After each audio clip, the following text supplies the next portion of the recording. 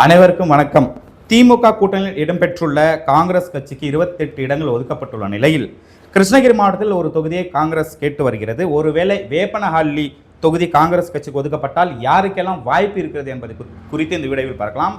தகவல்களை வழங்குவதற்காக நமது பத்திரிகையாளர் ஆனந்த் பாபு வந்திருக்கிறார். வணக்கம் ஆனந்த் பாபு. வேப்பனப்பள்ளி தொகுதி காங்கிரஸ் ஒதுக்கப்பட்டால் யாருக்கெல்லாம் வாய்ப்பு இருக்கு என்பது குறித்து விவரமாக சொல்லுங்கள். வணக்கம் நாகராஜ்.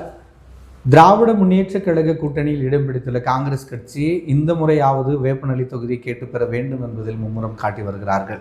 அந்த வகையில் யாருக்கெல்லாம் வாய்ப்பு இருக்கிறது என்று பார்த்தால், வேப்பனஹள்ளி சட்டமன்ற தொகுதியினுடைய பொறுப்பாளர் திரு கிருஷ்ணமூர்த்தி அவர்கள் சீட்டு கேட்டு காய் நகர்த்தி வருகிறார். அதே போல முன்னாள் மாவட்ட தலைவராக இருந்து தற்போது கிருஷ்ணகிரி மாவட்ட பாராளுமன்ற தொகுதியின் ஒருங்கிணைப்பாளராக இருக்கக்கூடிய கிருஷ்ணமூர்த்தி என்கிற 2 கிருஷ்ணமூர்த்தி பெயர்களை கொண்ட இவர்கள் வேப்பனஹள்ளி தொகுதியில் காங்கிரஸ் சார்பில் போட்டியிடுவதற்காக காய் நகர்த்தி வருகிறார்கள். நாகராஜ், ஆனந்த், கிருஷ்ணமூர்த்தி அவர்களின் தொழில் மற்றும் அவர் குறித்து தகவல் இருந்தால் சொல்லுங்கள்.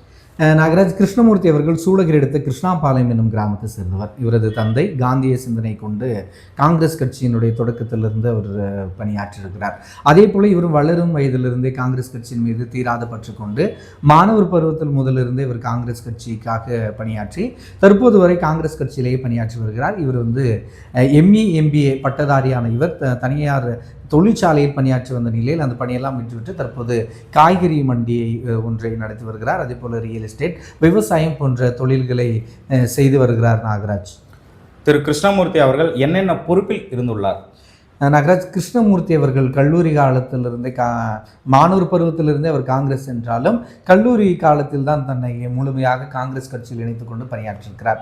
முதலில் மாணவர் காங்கிரஸில் இருந்து அவரது பயணத்தை தொடங்கியவர் 2011 முதல் 2022 வரை சுமார் 12 ஆண்டுகள் பொறியாளர் அணியினுடைய கிருஷ்ணகிரி மாவட்டத்தின் தலைவராக பணியாற்றியிருக்கிறார். அதன் பின்பு 2022 முதல் 2025 வரை காங்கிரஸ் கட்சியினுடைய தகவல் தொழில்நுட்ப பிரிவு கிருஷ்ணகிரி மாவட்டத்தினுடைய ஒருங்கிணைப்பாளர் என்கிற அந்த பொறுப்பையும் வகித்திருக்கிறார். இவர் இந்த பொறுப்பெல்லாம் சிறப்பாக செயல்பட்டதன் விளைவாக கடந்த ஆண்டு 2025 முதல் தற்போது வரை வேப்பனஹள்ளி தொகுதியினுடைய பொறுப்பாளராக, இந்த வேப்பனஹள்ளி சட்டமன்ற தொகுதியினுடைய பொறுப்பாளராக பல்வேறு வியூகத்தின் அடிப்படையில் கட்சி வளர்க்கும் பணிகளில் ஈடுபட்டு தொடர்ந்து காங்கிரஸ் கட்சியில் சீரிய ஒரு சிந்தனையாளராகவும் ஒரு இளைஞராகவும் பணியாற்றி வருகிறார். நாகராஜ், ஆனந்த், திரு கிருஷ்ணமூர்த்தி அவர்கள் தேர்தலில் போட்டியிட்டுள்ளாரா? இவருடைய குடும்ப பொருளாதார பின்னணி என்ன?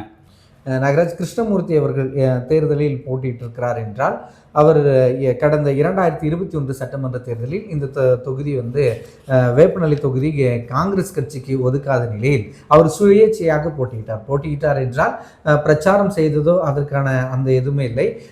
வெறும் அதிருப்தியின் காரணமாக இவர் வேட்புமனு தாக்கல் செய்திருந்தார். 560 வாக்குகளை அவர் பெற்றிருந்தார். எந்த விதமான பிரச்சாரமும் மேற்கொள்ளாமல் இருந்தார். இவர் காங்கிரஸ் கட்சியை பின்னணி கொண்ட இவர் பல்வேறு போராட்டங்களில் வாயிலாக தொகுதி முழுக்க மட்டுமல்லாமல் காங்கிரஸ் கட்சியில் அனைவரிடமும் நன்கு பரிச்சயப்பட்டவராக இருக்கிறார். அதாவது காங்கிரஸ் கட்சி தலைமை அறிவிக்கக்கூடிய அனைத்து போராட்டங்களில் ஒருங்கிணைப்பதில் இவர் சிறப்பாக செயல்பட்டிருக்கிறார். 2018ஆம் ஆண்டு அப்போதைய அதிமுக ஆட்சியில் பேருந்து கட்டணம் உயர்வு என்கிற போது இவர் தலைமையில் தேசிய நெடுஞ்சாலையில் போராட்டத்தை நடத்தி சிறைக்கு சென்றிருக்கிறார்.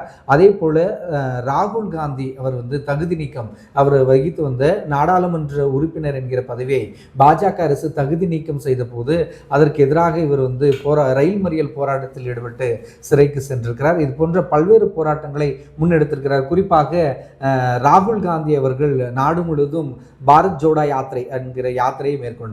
அவர் அதற்கு முன்னோட்டமாக அந்த யாத்திரை எப்படி இருக்கும் என்பதை பொதுமக்களுக்கு விளக்கும் விதமாகவும் காங்கிரஸ் கட்சியினரிடமும் அதில் ஒரு எழுச்சியை ஏற்படுத்தும் விதமாக சூளகிரியிலிருந்து திரு ராஜாஜி, அதாவது காங்கிரஸ்க்கு முக்கியத்துவமாக விளங்கிய ராஜாஜி தொரப்பள்ளி ராஜாஜி அவர்களுடைய நினைவு இல்லம் வரை சூளகிரியிலிருந்து இவரது தலைமையில் காங்கிரஸ் கட்சியினர் முன்னோட்டமாக அந்த யாத்திரையை நடத்தியிருந்தார்கள். அதாவது காங்கிரஸ் கட்சி எந்த போராட்டத்தை எடுத்தாலும் இவருடைய பங்கு முக்கியமானதாக இருக்கும். அதே போல 2020, 21 இந்த காலகட்டங்களில் சூளகிரி பேரூராட்சியாக அறிவித்திட வேண்டும் என்கிற வலுவான கோரிக்கை அவர் வைத்து அதற்கான போராட்டங்களில் ஈடுபட்டு அதிகாரிகளை சந்திப்பது, ஏன் பேரூராட்சியாக அறிவிக்க வேண்டும் என்கிற தரவுகளையும் அவர் கொடுத்து இந்த போராட்டத்தில் ஈடுபட்டிருக்கிறார். தற்போது அந்த அறிவிப்பு வந்திருக்கிறது, இன்னும் அது முழுமையாக நடைமுறைப்படுத்தவில்லை. இது போன்ற மக்கள் பிரச்சனைகள் அவருக்கு வருகிற பொழுது அதிகாரிகளை சந்திப்பது, இதற்கான போராட்டத்தை அறிவிப்பது போன்ற பல்வேறு பணிகளில் இவர் ஈடுபட்டிருக்கிறார். பொருளாதார பின்னணி என்றால் இந்த தேர்தலை சந்திக்கக்கூடிய அளவிற்கான, அதாவது திமுக கூட்டணியில் இருக்கிறது, திமுக கூட்டணியோ அல்லது காங்கிரஸ் கட்சியோ இந்த தேர்தலை சந்திக்க அவர்கள் கூறும் பொருளாதாரத்தை அவர் எளிதாக அணுகக்கூடியவர். அந்த பொருளாதாரத்தில் இவர் உயர்ந்திருப்பதால் பணம் இவருக்கு தேர்தலை சந்திக்க ஒரு பொருட்டாக இருக்காது என்று நினைக்கிறேன். நாகராஜ். ஆனந்த், அகரம் கிருஷ்ணமூர்த்தி இவர் யார், என்ன பொறுப்பில் இருந்துள்ளார், அவரை பற்றி முழு தகவலை உங்களுக்கு தெரிஞ்சது சொல்லுங்க. நாகராஜ், இவர் அகரம் கிருஷ்ணமூர்த்தி, அக கிருஷ்ணமூர்த்தி என்று அழைப்பார்கள். இவர் கிருஷ்ணகிரியில் வசித்து வருகிறார். தருமபுரி, கிருஷ்ணகிரி இந்த மாவட்டங்கள் பிரிக்கப்படுவதற்கு முன்பாக ஒருங்கிணைந்த தருமபுரி மாவட்டத்தினுடைய காங்கிரஸ் தலைவராக இருந்திருக்கிறார். குறிப்பாக ஒசூரில் 3 முறை காங்கிரஸ் சார்பில் சட்டமன்ற உறுப்பினராக வெற்றி பெற்று தேர்ந்தெடுக்கப்பட்ட திரு கோபிநாத் அவர்களுக்கு பிஃபார்ம் வழங்கிய மாவட்ட தலைவர் இவர்தான். இப்படி இந்த காங்கிரஸ் கட்சியினுடைய பல எம்எல்ஏ எம்பிக்கள் இவருக்கு முன்பாக வளர்ந்திருக்கிறார்கள். பலருக்கும் இவர் பல்வேறு நெருக்கடியான காரியங்களிலும் கூட வேலை பார்த்திருக்கிறார். அதாவது காங்கிரஸ் கட்சி வளர்ச்சி மற்றும் ஏற்ற இறக்க நேரத்திலும் கூட இவர் மாற்றுக் கட்சிக்கு செல்லாமல் காங்கிரஸ் கட்சியிலேயே தொடர்ந்து பயணித்து வருகிறார். இவர் ஒரு மூத்த முன்னோடியாக இந்த மாவட்டத்தில் அறியப்படுகிறார். நாகராஜ், அகரம் கிருஷ்ணமூர்த்தி காங்கிரஸ் கட்சியில் என்ன தாக்கத்தை ஏற்படுத்தி உள்ளார், அதை பற்றி சொல்லுங்க. நாகராஜ், நம்ம சொன்னது போலவே காங்கிரஸ் கட்சியில் பல எம்எல்ஏக்கள் எம்பிக்கள் அப்படின்னு தேர்ந்தெடுக்கப்படுவதற்கு இவர் காரணமாக இருந்திருக்கிறார். பலருக்கும் பணியாற்றி இருக்கிறார்.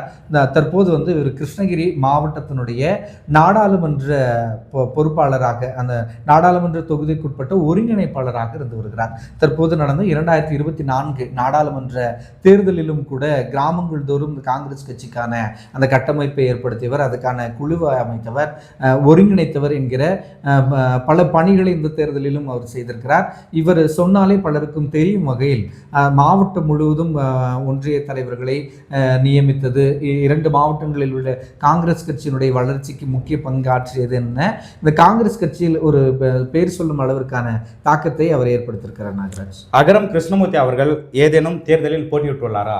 ஆனந்த், இவர் 1998ஆம் ஆண்டு கிருஷ்ணகிரி நாடாளுமன்ற தொகுதியில் காங்கிரஸ் சார்பில் போட்டியிட்டிருக்கிறார். அதாவது வாழப்பாடி ராமமூர்த்தி அவர்களுக்கு பிறகாக காங்கிரஸ் கட்சியில் போட்டியிட்டவர் இவர்தான். அப்பொழுது அதிமுக சார்பில் KP முனுசாமி அவர்களும், தமிழ் மாநில காங்கிரஸ் போட்டியிட்டது, அதை எதிர்த்து இந்திய தேசிய காங்கிரஸ் சார்பில் இவர் அக கிருஷ்ணமூர்த்தி அவர்கள் போட்டியிட்டு இவர் வெற்றி வாய்ப்பை இழந்திருந்தார். அவர் போட்டியிட்ட ஒரே தேர்தல் நாடாளுமன்றத்திற்கான காங்கிரஸ் கட்சியின் சார்பில் போட்டியிட்டு வெற்றி வாய்ப்பை இழந்திருந்தார். நாகராஜ், 2026 சட்டமன்ற தேர்தல் வேப்பனஹள்ளி தொகுதி காங்கிரஸ் கட்சி குறித்து இந்த வீடியோவில் பார்த்தோம். மீண்டும் அடுத்த வீடியோவில் சந்திப்போம். நன்றி, வணக்கம்.